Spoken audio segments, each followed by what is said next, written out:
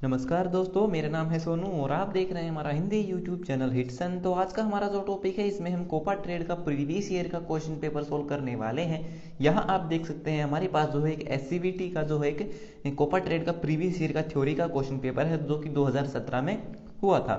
यह जो question paper है इसमें जो हम 30 क्वेश्चन सोल्व करेंगे, क्योंकि पुराने टाइम में जो आपके एग्जाम में जो है केवल 30 क्वेश्चन पूछे जाते थे, ठीक है। लेकिन अब जो एग्जाम होते हैं उनमें आपसे जो है 50 क्वेश्चन जो है पूछे जाते हैं। और ये जो हमारा क्वेश्चन पेपर है ये हमारे कोपा ट्रेड की जो क्वेश्चन पेपर की सीरीज है उसका अब तक का 5वां वीडियो है। इससे पहले हम 4 क्वेश्चन पेपर को सोल्व कर चुके हैं। अगर आपने उन्हें नहीं देखा है तो कोपा आईटीआई की जो प्लेलिस्ट है हमारे यूट्यूब चैनल पर, आप वहां पर जाकर के उन सभी वीडियोज को देख सकते हैं। तो चलिए शुरू करते हैं इस वीडियो को और देखते हैं कि क्वेश्चन के आंसर क्या क्या है।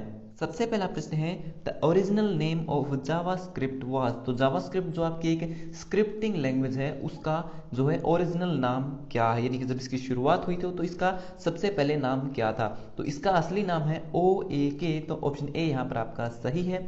दूसरा प्रश्न है एक्सपेंशन ऑफ DOM। तो DOM की फुल फॉर्म क्या है। तो इसका सही उत्तर है option B document object model, इसका सही उत्तर है। तीसरा प्रश्न है which development tools are the gift of OOP। तो इनमें से कौन सा एक जो टूल है जो कि OOP का मतलब है ऑब्जेक्ट ओरिएंटेड प्रोग्रामिंग, ठीक है। तो OOP का जो एक गिफ्ट है वो इनमें से कौन सा एक टूल है। तो OOP जो एक टूल है वो कौन सा है, वो आपका है विजुअल C++, जो आपके ऑब्जेक्ट ओरिएंटेड प्रोग्रामिंग पर काम करता है। तो ऑप्शन बी आपका सही है। चौथा प्रश्न है flow chart which uses predefined symbols are called. यानी कि एक फ्लो चार्ट है जो पहले से डिफाइन किए गए सिंबल्स का इस्तेमाल करता है। तो सिस्टम फ्लो चार्ट है, प्रोग्राम फ्लो चार्ट या फिर DED। तो इनमें से कोई भी जो आपका एक फ्लो चार्ट है उसमें जो है पहले से डिफाइन किए गए सिंबल्स का इस्तेमाल किया जाता है। तो ऑप्शन डी यहाँ पर आपका सही है, ऑल ऑफ दिस। पांचवा प्रश्न है transactions are posted into ledger accounts from. यानी कि जो आपका लेजर अकाउंट होता है उसके अंदर जो ट्रांजैक्शन होते हैं वो कहाँ से लेकर आए जाते हैं। तो ट्रांजैक्शन हम कहाँ पर लिखते हैं स्टार्टिंग में, यानी कि हमारी जब हम टैली के अंदर कंपनी बनाते थे कोई भी डिटेल होती है, इनपुट आउटपुट ट्रांजैक्शन कोई भी जानकारी होती है तो सबसे पहले हम जर्नल जो हमारी बुक होती है सामान्य डेली बुक उसके अंदर हम लिखते हैं और जर्नल बुक से फिर उस ट्रांजेक्शन को हम लेजर अकाउंट में लेकर के आते हैं। तो पांचवें प्रश्न का ऑप्शन बी आपका सही है। कोई भी जानकारी हो सबसे पहले हम जर्नल बुक के अंदर लिखते हैं। छठा प्रश्न है फुल फॉर्म ऑफ TDS। तो TDS की फुल फॉर्म है टैक्स डिडक्टेड एट सोर्स। तो छठे प्रश्न का ऑप्शन बी आपका सही है। सातवां प्रश्न है सॉफ्टवेयर अटैक्स आर। यानी कि जो सॉफ्टवेयर पर अटैक करने वाले होते हैं, सॉफ्टवेयर को जो नुकसान पहुंचाते हैं वो कौन होते हैं। वायरस होते हैं और वॉर्म होते हैं। तो ऑप्शन सी यहाँ पर आपका सही है, ए और बी दोनों, ठीक है। आठवां प्रश्न है cloud computing is a combination of. तो क्लाउड कंप्यूटिंग जो होती है यानी कि इंटरनेट पर जब आप ऑनलाइन डेटा स्टोर करते हैं, जो आपकी गूगल ड्राइव होती है, गूगल ड्राइव क्या आपकी क्लाउड कंप्यूटिंग का एक एग्जाम्पल है, उदाहरण है। तो क्लाउड कंप्यूटिंग जो है वो कॉम्बिनेशन है, किसका कॉम्बिनेशन है, इंटरनेट का और कंप्यूटर टेक्नोलॉजी का। यानी कि कंप्यूटर टेक्नोलॉजी और इंटरनेट का इस्तेमाल करके इंटरनेट पर ऑनलाइन डेटा को स्टोर किया जा सकता है। तो आठवें प्रश्न का ऑप्शन सी आपका सही है, ए और बी दोनों। नौवां प्रश्न है which tag is used to insert a JavaScript into a HTML page. यानी कि जो आपका HTML पेज होता है उसके अंदर जावास्क्रिप्ट कोड को ऐड करने के लिए, इस्तेमाल करने के लिए किस टैग का इस्तेमाल करते हैं। उसके लिए हम स्क्रिप्ट टैग का इस्तेमाल करते हैं। यानी कि मान लीजिए हमारी जो फाइल है, एक वेब पेज फाइल है, उसको हमने .html या फिर .htm से सेव किया हुआ है। तो उस फाइल के अंदर अगर हमें जावास्क्रिप्ट का कोड लिखना है तो उसके लिए हम उस कोड को स्क्रिप्ट टैग के अंदर इस्तेमाल करेंगे। वहीं अगर कोई भी वेब पेज है वो केवल .js यानी कि जावास्क्रिप्ट नाम से वो सेव है, कोई फाइल है जावास्क्रिप्ट फाइल है और उसको .html की बजाय .js लिख करके हम उसको सेव कर देते हैं, तो उसके अंदर जो है हमें स्क्रिप्ट टैग लिखने की जरूरत नहीं होती। उसके अंदर डायरेक्टली हम var वेरिएबल से जो है हमारा कोड लिखना स्टार्ट कर सकते हैं जावास्क्रिप्ट का। 10वां प्रश्न है which loop will execute the code block one more one before checking the condition. तो इनमें से कौन सा लूप ऐसा है जो बिना कंडीशन को चेक किए जो है पूरे के पूरे कोड ब्लॉक को एक बार एग्जीक्यूट कर देगा। तो वो है आपका डू वाइल लूप। यानी कि ये कंडीशन को चेक किए बिना जो है एक बार डू का मतलब होता है करेगा, एक बार उसको जो है एग्जीक्यूट कर देगा। तो 10वें प्रश्न का ऑप्शन डी आपका सही है। 11वां प्रश्न है VBA स्टैंड फॉर। तो VBA की फुल फॉर्म आप सब जानते हैं, विजुअल बेसिक फॉर एप्लीकेशन। तो ऑप्शन बी आपका सही है। 12वां प्रश्न है कंप्यूटर रिसोर्सेज आर, तो कंप्यूटर के जो रिसोर्सेज होते हैं वो क्या है?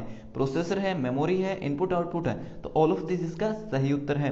13वां प्रश्न है tally package is developed by, तो जो आपका टैली पैकेज है उसको किसके द्वारा बनाया गया था? तो इसका सही उत्तर है टैली सॉल्यूशन, जो कि ऑप्शन सी दिया हुआ है। अगला प्रश्न है जावास्क्रिप्ट इज इंटरप्रेटेड बाय, तो जावास्क्रिप्ट किसके द्वारा इंटरप्रेट की जाती है? तो इसका सही उत्तर है ऑप्शन ए बाय क्लाइंट। 15वां प्रश्न है which operator for greater than equal to, तो इनमें से कौन सा एक ग्रेटर देन और इक्वल टू ऑपरेटर है? तो सबसे पहले है कि ग्रेटर देन, जो कि ऑप्शन ए है, ठीक है। ऑप्शन ए में आप देख सकते हैं ग्रेटर देन है और इक्वल टू का मतलब बराबर का निशान, ठीक है। तो ऑप्शन ए यहाँ पर आपका सही है। 15वें प्रश्न है ग्रेटर देन और इक्वल टू। 16वां प्रश्न है the pillar of computer security are, तो कंप्यूटर सिक्योरिटी के स्तंभ कौन से हैं? तो कौन कौन सी चीजें जरूरी होती है कंप्यूटर की सिक्योरिटी को बनाए रखने के लिए? कॉन्फिडेंशियलिटी, इंटीग्रिटी और अवेलेबिलिटी, तो ऑप्शन डी यहाँ पर आपका सही है, ऑल ऑफ दिस। 17वां प्रश्न है SSL स्टैंड फॉर, तो SSL का मतलब क्या होता है? SSL का मतलब होता है सिक्योर सॉकेट लेयर, तो ऑप्शन ए यहाँ पर आपका सही है। 18वां प्रश्न है what are the component of e commerce, तो ई कॉमर्स के कौन कौन से कंपोनेंट है, तत्व हैं? तो इंस्टीट्यूशन, प्रोसेस और नेटवर्क, तो ऑल ऑफ दिस इसका सही उत्तर है। ये सारे काम जो है ई कॉमर्स के अंदर होते हैं। 19वां प्रश्न है which is not a search engine, तो इनमें से कौन सा एक सर्च इंजन नहीं है? याहू, गूगल और एक्साइट तीनों आपके सर्च इंजन है। जो आपका स्टोर फ्रंट है वो एक सर्च इंजन नहीं है, तो 19वें प्रश्न का ऑप्शन ए आपका सही है। 20वां प्रश्न है what are the element of security architecture, तो सिक्योरिटी का जो आर्किटेक्चर होता है, स्ट्रक्चर होता है, उसका कौन कौन से एलिमेंट होते हैं? तो एनक्रिप्शन, फायरवॉल और ट्रस्टेड ऑपरेटिंग सिस्टम, तो ऑल ऑफ दिस इसका सही उत्तर है। सिक्योरिटी को बनाए रखने के लिए फायरवॉल की भी जरूरत पड़ती है, ट्रस्टेड ऑपरेटिंग सिस्टम की भी जरूरत पड़ती है, और एनक्रिप्शन यानी कि जब भी हम कोई कोड लिखते हैं, किसी का यूजर का जो पासवर्ड है वो इनपुट करवाते हैं अपने यूजर फॉर्म में, तो उस पासवर्ड को एनक्रिप्ट करना जरूरी होता है ताकि कोई हैकर उसका इस्तेमाल जो है गलत तरीके से ना कर सके, तो ऑल ऑफ दिस इसका सही उत्तर है। 21वां प्रश्न है personal income tax imposed by, यानी कि आपसे जो इनकम टैक्स लिया जाता है, हमसे पर्सनल इनकम टैक्स जो लिया जाता है वो कौन ले सकता है? सेंट्रल गवर्नमेंट और स्टेट गवर्नमेंट, तो इसका सही उत्तर है option C both A and B, central government भी ले सकती है और आपकी स्टेट गवर्नमेंट भी ले सकती है। 22वां प्रश्न है errors which can be pointed by compiler are, तो कंपाइलर के द्वारा कौन से एरर निकाले जाते हैं? तो इसका सही उत्तर है ऑप्शन ए, जो आपके सिंटैक्स एरर होते हैं, जो स्ट्रक्चर के अंदर जब हम कोड लिखते हैं तो कहाँ पर गलती है, तो उसको निकालने के लिए, उस गलती को चेक करने के लिए कोड के अंदर कहाँ गलती की गई है, कंपाइलर का इस्तेमाल किया जाता है। तो 22वें प्रश्न का ऑप्शन ए आपका सही है। 23वां प्रश्न है इनपुट बॉक्स फंक्शन डिस्प्ले, यानी कि जो आपका इनपुट बॉक्स फंक्शन होता है वो क्या डिस्प्ले करता है? ये एक तरह का जो है डायलॉग बॉक्स ओपन करता है, मतलब एक तरह का पॉपअप मैसेज होता है स्क्रीन पर, ठीक है, जिसमें जो है यूजर इनपुट करता है, चाहे वो पासवर्ड का इनपुट करवाए, चाहे वो किसी भी प्रकार का उस यूजर से इनपुट ले। तो इनपुट लेने के लिए एक डायलॉग बॉक्स जो ओपन होता है पॉपअप के रूप में, उसे जो है एक इनपुट बॉक्स फंक्शन के माध्यम से हम डिस्प्ले करवा सकते हैं। 24वां प्रश्न है सॉफ्टवेयर अपोनेंट्स आर, यानी कि सॉफ्टवेयर के अपोनेंट, यानी कि सॉफ्टवेयर के विरोधी कौन से? अपोनेंट का मतलब उसके विरोधी कौन से? तो सॉफ्टवेयर के अपोनेंट है उसके वायरस हैं और वॉर्म, तो ऑप्शन सी यहाँ पर आपका सही है। वायरस और वॉर्म दोनों जो है आपके सॉफ्टवेयर के अपोनेंट हैं। 25वां प्रश्न है इन स्वॉट ओ स्टैंड फॉर, तो स्वॉट के अंदर ओ की फुल फॉर्म क्या होती है? स्वॉट के अंदर ओ की फुल फॉर्म होती है अपॉर्चुनिटी, और स्वॉट का पूरा मीनिंग होता है स्ट्रेंथ, वीकनेस, अपॉर्चुनिटी और थ्रेट। और स्वॉट के अंदर स्टार्टिंग के जो दो वर्ड हैं स्ट्रेंथ और वीकनेस, ये आपके इंटरनल फैक्टर होते हैं, और जो अपॉर्चुनिटी और जो थ्रेट होते हैं वो एक्सटर्नल फैक्टर्स होते हैं। यानी कि स्टार्टिंग के दो वर्ड इंटरनल है और जो लास्ट के दो वर्ड है अपॉर्चुनिटी और थ्रेट वो आपके एक्सटर्नल फैक्टर हैं। 26वां प्रश्न है which of the following will not be recorded in the books of account, तो इनमें से कौन सा है जो अकाउंट की बुक में नहीं लिखा जाता है? सेल्स ऑफ गुड लिखी जाती है, पेमेंट ऑफ सैलरी लिखी जाती है, लेकिन क्वालिटी ऑफ स्टाफ, आपके स्टाफ की क्वालिटी कैसी है, ये जानकारी जो आपके जो अकाउंट की जो बुक्स होती हैं उनके अंदर नहीं लिखी जाती है। तो 26वें प्रश्न का ऑप्शन सी आपका सही है। 27वां प्रश्न है the unary operator in JavaScript are, JavaScript के अंदर जो यूनरी ऑपरेटर होते हैं वो कौन से होते हैं? तो इस प्रश्न का जो सही उत्तर है वो है option C, plus plus operator और माइनस माइनस ऑपरेटर होते हैं, ये दोनों के दोनों आपके यूनरी ऑपरेटर होते हैं जावास्क्रिप्ट में। 28वां प्रश्न है in VBA set of commands bundled together under the name of called, यानी कि वीबीए के अंदर कमांड का एक सेट है और उसे एक नाम दे दिया गया है, यानी कि एक नाम के अंदर उसको सेव किया जाए। तो ऐसा क्या चीज़ होती है? तो मैं यहाँ पे एक बात बता देता हूँ आपको कि अगर यहाँ पर लिखा हुआ कि VBA, अगर यहाँ पर MS वर्ड लिखा होता या एक्सेल लिखा होता ना, तो इसका जो सही उत्तर होता वो होता ऑप्शन ए, मैक्रो। यानी कि उसके अंदर बहुत सारी कमांड का जो है एक सेट हो गया, यानी कि मैक्रो हमने ऑन किया और बहुत सारे फंक्शन का यूज़ किया और वो सारे फंक्शन जो है रिकॉर्ड हो गए एक फाइल के अंदर। उस फाइल को हमने दे दिया कोई भी नाम। जब हम उस फाइल को रन करेंगे तो वो सारे फंक्शन काम करेंगे, यानी कि वो एक बंडल हो गया है कमांड का।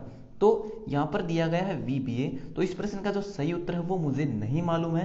यहाँ पर मैं आपसे जो है एक रिक्वेस्ट चाहता हूँ कि इसका जो है सही उत्तर अगर किसी को मालूम हो तो वो यहाँ पर आपको कमेंट बॉक्स में लिख करके बता सकता है कि यहाँ पर जो उत्तर मैक्रो होगा या फिर इवेंट होगा। मेरे हिसाब से यहाँ पर जो है या तो ऑप्शन ए सही है या फिर ऑप्शन डी आपका सही है। ठीक है, 60% चांसेस है कि ऑप्शन ए यहाँ पर आपका सही है और 40% चांस है कि ऑप्शन डी यहाँ पर आपका सही है। तो आपको जो है कमेंट बॉक्स में लिख करके बताना है कि इसका उत्तर क्या है, किसी को अगर मालूम है। 29वां प्रश्न है double lower than is an. तो यहाँ पर आप देख सकते हैं लोअर देन 2 बार लिखा हुआ है, तो इसका क्या मतलब है? तो मैं यहाँ पे बता देता हूँ आपको एक बात कि ये जो क्वेश्चन है सी लैंग्वेज का सवाल है।